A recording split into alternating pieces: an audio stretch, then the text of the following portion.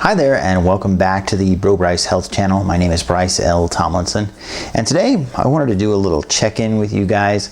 I know it's been a long time since I've done any kind of videos on the BroBryceHealth channel, but I wanted to check in with you guys, check in with my weight and my measurements, and as well I wanted to make a couple of cool announcements. So one of them is that the BroBryceHealth.com website is up. I have yet to make any posts on it. This video will be the first post that goes up on that site. And as well, to kick this off, I'm also starting the bacon experiment today.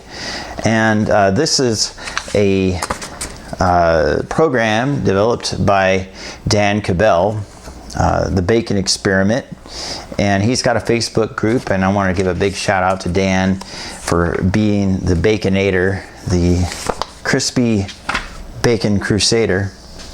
And the bacon experiment is a program where you basically do 2 pounds of bacon as a man or 1.5 pounds of bacon as a woman.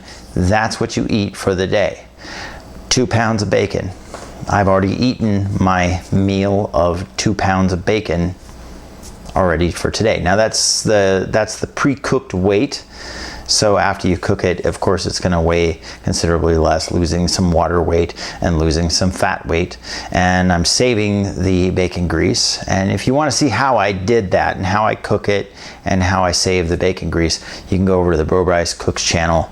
And when I get that video posted, it'll be right there. So the BroBryce Cooks channel, I'll link to that in the description. In the meantime, I wanted to check in with you guys and let you know about my progress and my weight. Some of you guys know I've lost like a ton of weight.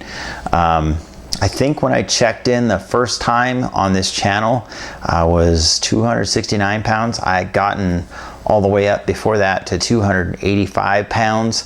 Today I am 189 pounds, and that's, you know, because it's in the 100-something range, we call that Wonderland. So I'm 189 pounds. I've been hovering around 190 pounds for the last month, and before that I was hovering around 200 pounds, which is still pretty great considering how much I did weigh.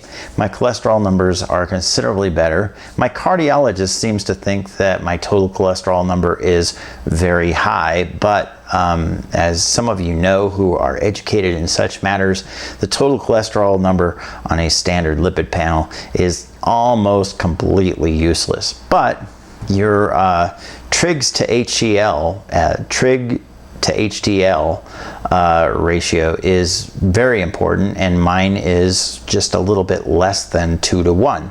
So hey, I guess I don't have much in the way of inflammation. As far as the swelling in my ankles that you guys saw in my first check-in video, I have none of that anymore. No more swelling in the ankles.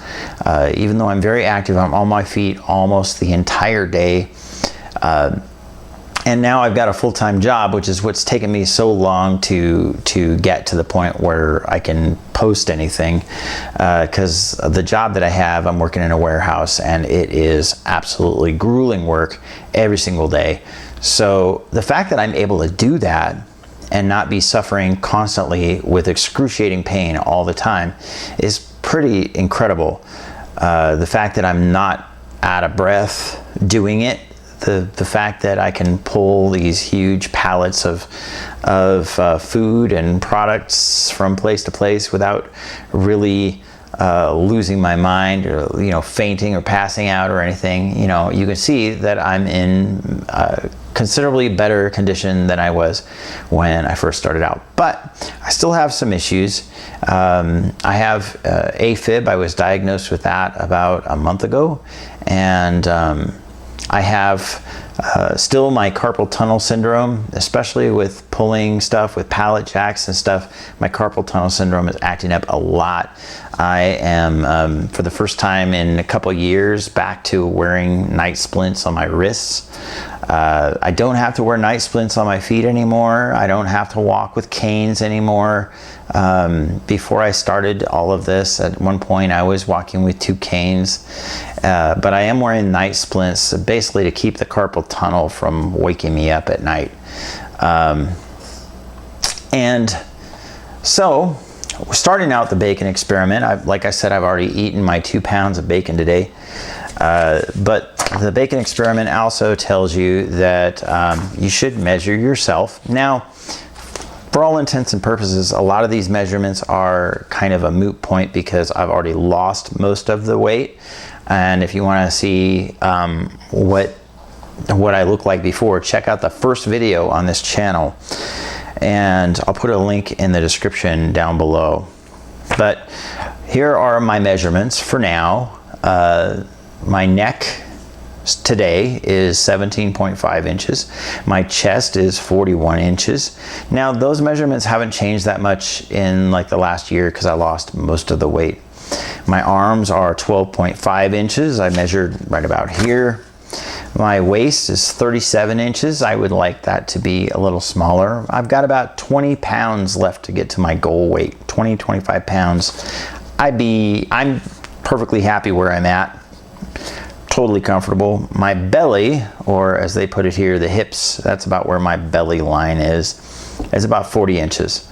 My thighs are 20 inches. My calves are 15.75, and my calves are really lean now. I don't have any swelling. I don't have really any kind of fat deposits that I can see around my calves. My calves are like rocks.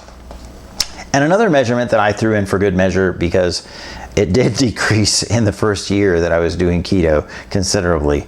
So my head at this point, which I'm measuring right here at the eyebrow, just above the ear, is 23.75. And that's a gigantic head. I just can't find hats to fit me at all.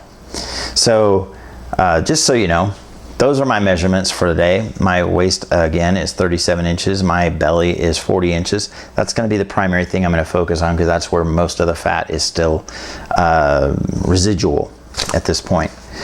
I am going to try this out for 30 days. And, you know, we found cheap bacon, so it's good quality, thick sliced bacon, and it's not that expensive.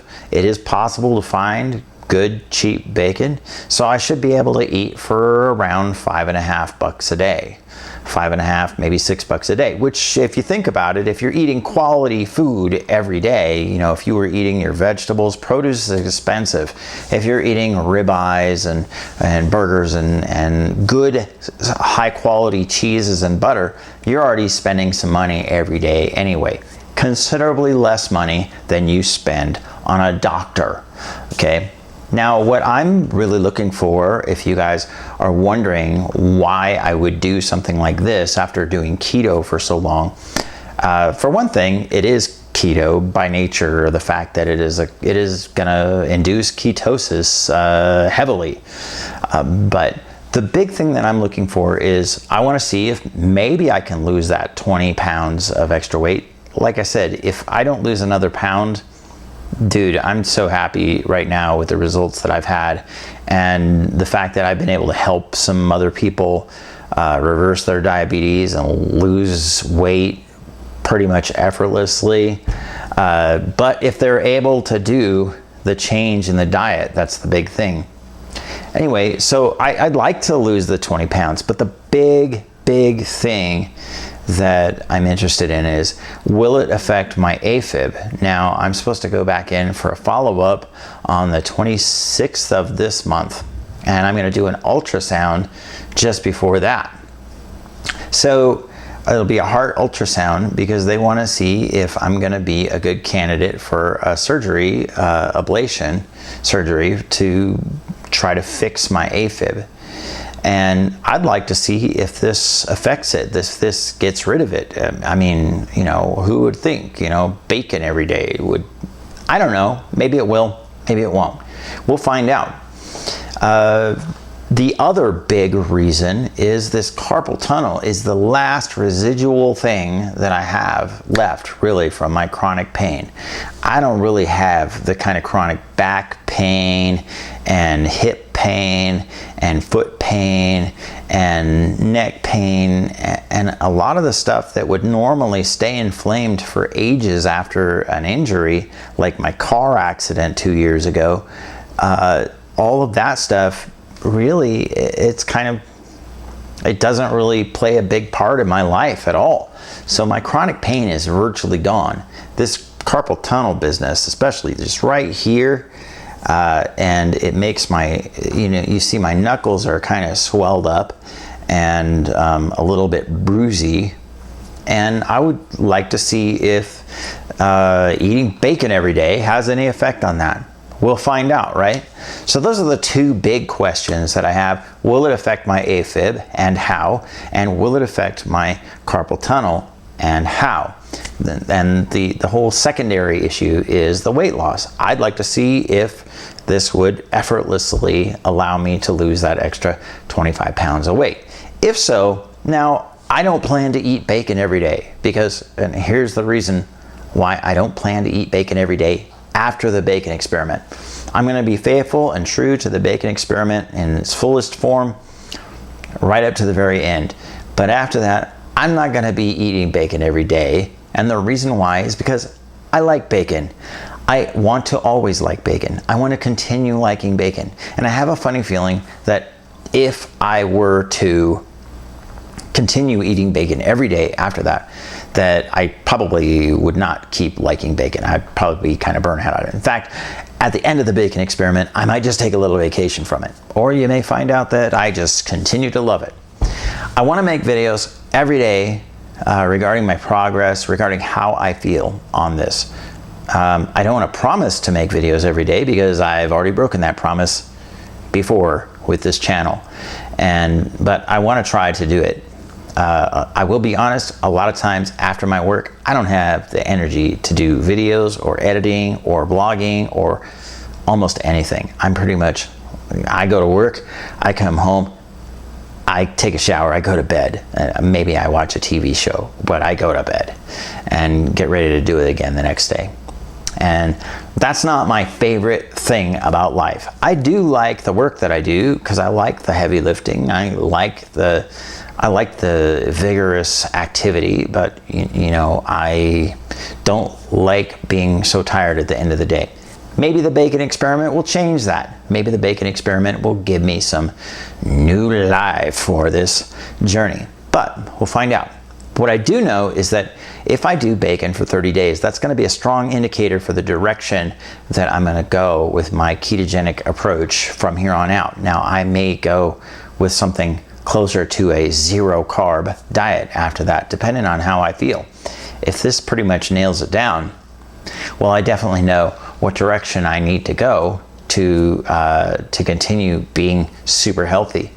Anyway, I thank you for watching this video. I thank you for being along for the journey with me, and I promise to try really hard to get on with you guys, and I want to do a live stream later today. So I'm checking in with you now, and we will check in again in about 2.5 hours. So I'm going to say 4 p.m.